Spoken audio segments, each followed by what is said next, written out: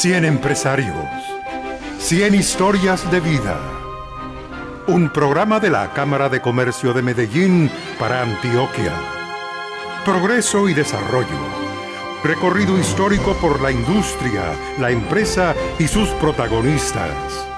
Profunda mirada a la vida y obra de los más atrevidos y exitosos empresarios antioqueños del último siglo. Vistazo al pasado y al presente para crear el futuro. 100 empresarios, 100 historias de vida. Hoy, Bernardo Mora Mesa. Entre los gestores de la Compañía Colombiana de Tabaco, Coltabaco, el nombre de Bernardo Mora Mesa es uno de los más sobresalientes. Pero este hombre no solo es recordado por esa tarea. Mora Mesa fue el propietario de la Trilladora Central. Tuvo cultivos de caña en Itagüí y un ingenio denominado Santa Ana. Fue uno de los gestores de la cervecería La Tropical y de la construcción del Hotel Nutibara, además de incursionar en la actividad urbanizadora a través de la Compañía Urbanizadora del Norte. Bernardo Mora Mesa, su familia, sus primeros negocios y la Compañía de Tabaco. Bernardo Mora Mesa nació el 28 de mayo de 1881 en la villa de Medellín. Bernardo era hijo de don José Antonio Mora Álvarez y de doña María Inés Mesa González. En ese entonces, según el censo realizado en 1883, contando el sector rural de la jurisdicción, Medellín tenía 37.237 habitantes y ya había una importante actividad comercial. Todo indica que la actividad comercial de Bernardo comenzó en 1898 a sus 17 años con la creación de la sociedad Bernardo Mora y Compañía, la cual se dedicaría a la importación y exportación con negocios de tabaco, café, azúcar y ganado. Como lo hicieron otros negociantes de café, desde comienzos del siglo XX, Bernardo Mora era propietario de una trilladora en Medellín conocida como la Trilladora Central. Por un documento fechado el 19 de enero de 1905 se sabe que era un establecimiento con alta inversión, pues estaba hipotecada a favor del señor Marco Antonio Posada por la apreciable suma de 70.638 pesos. Era, sin embargo, un negocio rentable, como lo cuenta el historiador Víctor Álvarez Morales. En la segunda década del siglo XX, en Medellín ocurrió un proceso que ha llamado la atención de diversos investigadores, incluso de estudiosos del asunto de género recientemente, una importante presencia de mujeres en el mundo obrero. Había en cada una de las empresas de Medellín un apreciable número de trabajadores mujeres, tanto que el municipio de Medellín resolvió hacer una estadística con esos números. Esos números nos indican la importancia de los negocios de la época. En el caso de la trilladora de don Bernardo, por ejemplo, en 1917 contaron 23 obreras. No quiere decir que la trilladora tuviese solo 23 trabajadores. Existían trabajadores encargados de la carga, de ciertos oficios mecánicos que eran varones. El papel de las mujeres en las trilladoras era la selección del café, que se hacía generalmente en forma manual, y tener 23 personas indica que se movía un volumen apreciable de café. No obstante, esa cifra fue creciendo. En 1921 ya eran 56, en 1923 78, y en 1927 el censo contó 160 mujeres trabajando en la trilladora de don Bernardo Mora. Eso indica también el nivel de crecimiento que tuvo el negocio en esa época. También desde comienzos de siglo, como lo expresaba su objeto social, la sociedad Bernardo Mora y Compañía se hallaba dedicada a la importación, compra, elaboración y venta de tabaco, especialmente en forma de cigarros y cigarrillos. El negocio se realizaba en 3 modalidades diferentes, como lo explica Álvarez Morales. Como se sabe, el tabaco es una planta americana y fue de América de donde fue a Europa.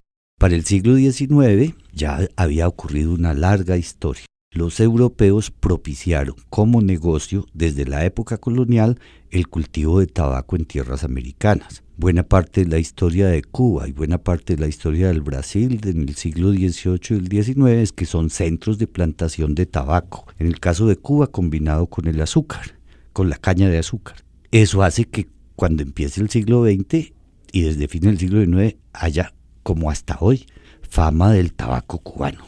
Bien, negociar con tabaco en Medellín significaba entonces la posibilidad de comprar tabaco de producción local, pero lo que garantizaba una cierta calidad y que se usaba como recurso publicitario, lo hacía don Bernardo, era traer de Cuba el tabaco y presentarlo como tabaco cubano. Y el tabaco venía en 3 modalidades: una en la forma de tabacos que conocemos hoy, otra en la forma de hojas secas que eran procesadas y aquí mismo se producían los cigarrillos, y otra el cigarrillo elaborado desde allá. En las 3 modalidades operaba don Bernardo con su negocio. Eso le dio una familiaridad tal que cuando haya la idea de que se reúnan distintos hombres que negocian con tabaco, sea él el líder del proceso. En 1912, para este negocio, Bernardo Mora se asoció con Bernabé Ortiz Cárdenas, Lisandro Ochoa y Juan Cancio Restrepo en la sociedad denominada Ortiz y Compañía. Para integrar nuevos socios se cambió la designación por la de Compañía Industrial de Cigarrillos. Se puede tener una idea de la magnitud de este negocio si se sabe que ese mismo año compraron 2 casas, en el costado oriental de la calle Carabobo, crucero con Maturín, para establecer su sede.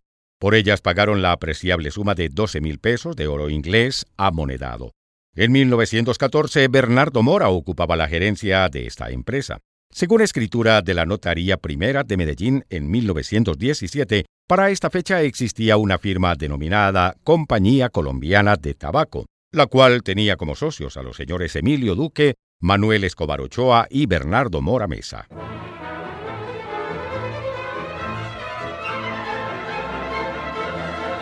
Ese fue precisamente el nombre que sirvió de base para la formación de una nueva sociedad constituida el 27 de enero de 1919 con un capital de 1,000 pesos dividido en 100 acciones que estaban distribuidas entre los socios fundadores: Bernardo Mora Mesa, Gabriel Hernández, Lisandro Ochoa, Luis Restrepo Mesa, Carlos C. Restrepo y Basiliso Uribe. 2 días después, el 29 de enero, se hizo reforma al capital de la Colombiana de Tabaco, quedando este en 1,000,000 de pesos. La nueva empresa era la reunión de fábricas pertenecientes a sus socios, así: Escobar, Restrepo y Compañía, con los cigarrillos Victoria, Legitimidad, Cairo y Egipcio; la Compañía Industrial Unida de Cigarrillos, con los Hidalgo; Ortiz y Compañía, con los cigarrillos Legítimos; la Sociedad Tabacalera del Ruiz de Manizales y la Compañía Colombiana de Tabaco de Bogotá. Era el momento para que la compañía se expandiera nacionalmente bajo la gerencia de Bernardo, como lo explica Víctor Álvarez Morales. Quien aprecia hoy el significado que tuvo hasta muy recientemente Coltabaco, imagina que es una empresa que todo el tiempo fue así. La verdad es que no. Antes de que se forme Coltabaco, hay pequeños negocios que procesan el tabaco. Después, cuando se crea ese consorcio alrededor de don Bernardo Mora, Coltabaco empieza a asociar, integrar a sus competidores. Y hay 2 caminos. Uno, les ofrecen la compra de la empresa a cambio de acciones de Coltabaco. Y 2, ya la expansión a nivel nacional, los integran como filiales de Coltabaco. Eso hace que la cobertura nacional de la empresa sea muy rápida. Y como ellos tienen una cierta tecnología, manejan el mercado, han acreditado unas marcas, muy pronto están en el mercado nacional, en Santander, en el Valle del Cauca, en Nariño. Más aún, la estrategia de la empresa, que es construir edificios llamativos en todos los lugares, hace imaginar que es en todas partes lo mismo. No, en muchos casos son pequeñas sociedades formadas con empresas originalmente nacidas allá. Ese ejemplo lo van a tomar otros grupos empresariales después. Asociarse con los empresarios locales para ir acrecentando la cobertura de su negocio. El crecimiento de esta empresa, de la que Bernardo Mora era dueño con el 50% de las acciones, fue muy notorio desde su fundación, pues en 1924 ya ocupaba 145 obreras. Como consecuencia de este proceso, aumentaron las ganancias de la empresa y las acciones, que inicialmente se estimaban en 10 pesos cada una, pasaron a cotizarse en el mercado a 27 pesos en 1923, 48 pesos en 1927. En 1931, 12 años después de su constitución, don Bernardo mantenía su asiento como miembro principal de la compañía, ahora convertida en sociedad anónima. 100 empresarios, 100 historias de vida. Un programa de la Cámara de Comercio de Medellín para Antioquia.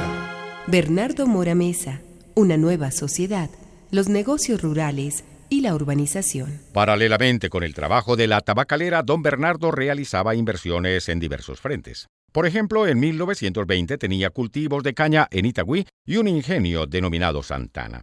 En 1922, Bernardo Mora y compañía aparece como socia de la Fábrica Nacional de Galletas y Confites, el nombre original de Noel, con 300 acciones.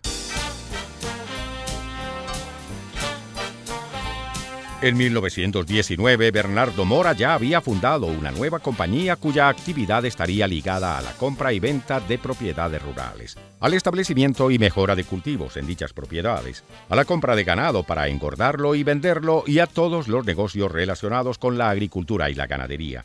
Esta sociedad se llamó Moras, Restrepo y Compañía, y en ella participaron como socios fundadores al lado de don Bernardo, Gabriel Mora, Manuel José Londoño, Luis Restrepo Mesa y Gabriel Hernández.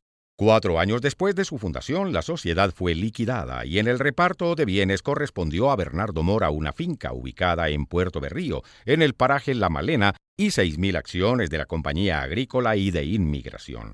Para esta época, otro negocio tenía excelentes perspectivas: la urbanización. ¿Por qué? Lo explica Víctor Álvarez Morales.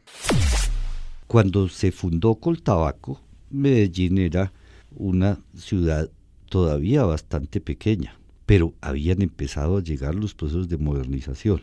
Al comenzar el siglo, la ciudad tenía 60.000 habitantes y por la época en que está fundando Coltabaco anda por los 80.000 habitantes. Sin embargo, la transformación de la vida es muy importante. Ha llegado la electricidad, ya se ha construido el acueducto de hierro, hay alcantarillado, han llegado los telégrafos, el radio, los aparatos para operar sonido que se llamaban fonógrafos, ya hay cine, biblioteca, escuela de bellas artes, hipódromo, en fin, empieza a tener Medellín los perfiles de gran ciudad que se van a desarrollar en adelante. Aunque existía el negocio de urbanizar tierras desde el siglo XIX, es precisamente en los albores de 1920 cuando empieza a formarse un espacio importante de negocios en este frente. Así lo percibieron varios empresarios, entre quienes se encontraba don Bernardo Mora Mesa, quien participó como socio y gerente en varias de las sociedades formadas con este fin. En 1919 se fundó la Compañía Urbanizadora del Norte.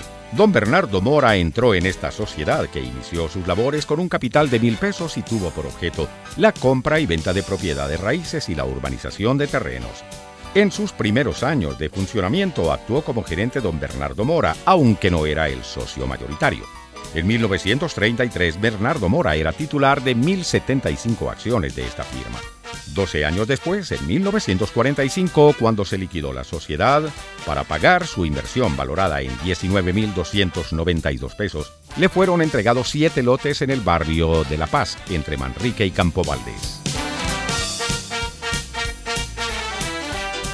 7 años después de la fundación de la Urbanizadora del Norte, nuevamente Bernardo Mora participó en la fundación de la Compañía Urbanizadora del Barrio Colón, con un aporte superior a 20.000 pesos. Esta vez sus socios eran importantes hombres de negocios de Antioquia y una compañía urbanizadora que funcionaba desde 1924. Bernardo Mora Mesa, otros negocios y su participación en el Hotel Nutibara. Se sabe también que don Bernardo participó en distintos negocios como una forma de diversificar sus inversiones. Por ejemplo, el 3 de marzo de 1914 apareció como socio de la Compañía Nacional de Fósforos Olano con 200 acciones. El 12 de abril de 1920, como miembro de la Junta Directiva de la Compañía Nacional de Chocolates, en la que se desempeñó como suplente hasta 1931. 2 años después, el 18 de marzo de 1922, don Bernardo era socio de Noel con 300 acciones. Al año siguiente aparece como gerente de la compañía petrolera de Curumaní, la cual estaba ubicada en el departamento de Magdalena y tenía un capital de 100.000 pesos. En este mismo año, el 10 de julio, Bernardo Mora, junto con el señor José Manuel Arango, gerente del Banco de Sucre, aparecen como socios de la compañía constructora de edificios, perteneciendo a cada uno el 50% de las acciones. El 30 de agosto de 1926 figura Bernardo Mora como socio fundador de una nueva empresa, la cervecería La Tropical. Aunque la iniciativa y el control de esta empresa estaban en manos de don Alejandro Ángel, Mora invirtió allí adquiriendo 2.000 acciones. Para las décadas de 1930 y 1940 habría otros negocios, los cuales son reseñados en el siguiente relato. En 1931, Bernardo Mora pertenecía simultáneamente a las juntas directivas de Coltabaco y de la Compañía Nacional de Chocolates, siendo miembro principal en ambas. En 1938 participó como inversionista en la fundación de la empresa siderúrgica colombiana, que luego se conoció como la Siderúrgica de Medellín, y finalmente en 1942 hizo parte del grupo de inversionistas que reconstituyeron la Naviera Colombiana, ocupando un lugar en su junta directiva hasta 1947. Esta empresa se ocupaba de transportar pasajeros, mercancías, frutos, ganado, correos, mediante el establecimiento del servicio de navegación en el río Magdalena y sus afluentes y en cualquier otro navegable de la República de Colombia. Preocupados e interesados también en las necesidades de la ciudad de Medellín y en las posibilidades de un nuevo negocio, varios inversionistas liderados por don Bernardo Mora constituyeron en 1938 la Compañía del Hotel Nutibara S.A. con un capital de 600.000 pesos. Ese liderazgo llevó a Mora a ser designado como gerente de la nueva compañía y encargado de iniciar la construcción. Sobre el aporte de don Bernardo a esta obra, el historiador Víctor Álvarez Morales señala.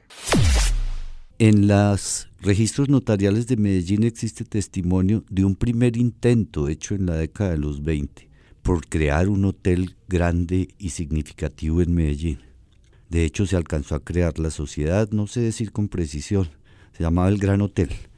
Pero ahora la iniciativa iba acompañada de una noción, una gran construcción que significaba convertir a la ciudad en centro de referencia y en lo que significó durante muchos años el hotel.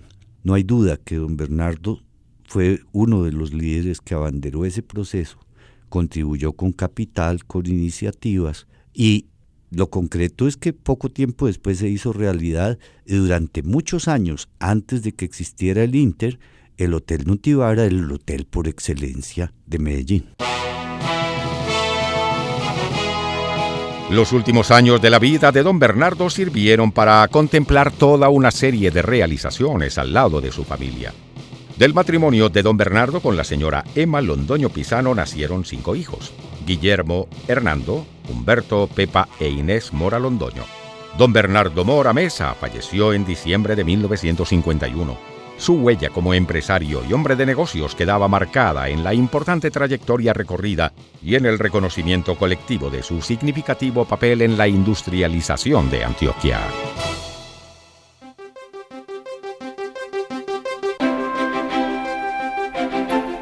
100 empresarios, 100 historias de vida. Un programa de la Cámara de Comercio de Medellín para Antioquia. Progreso y desarrollo.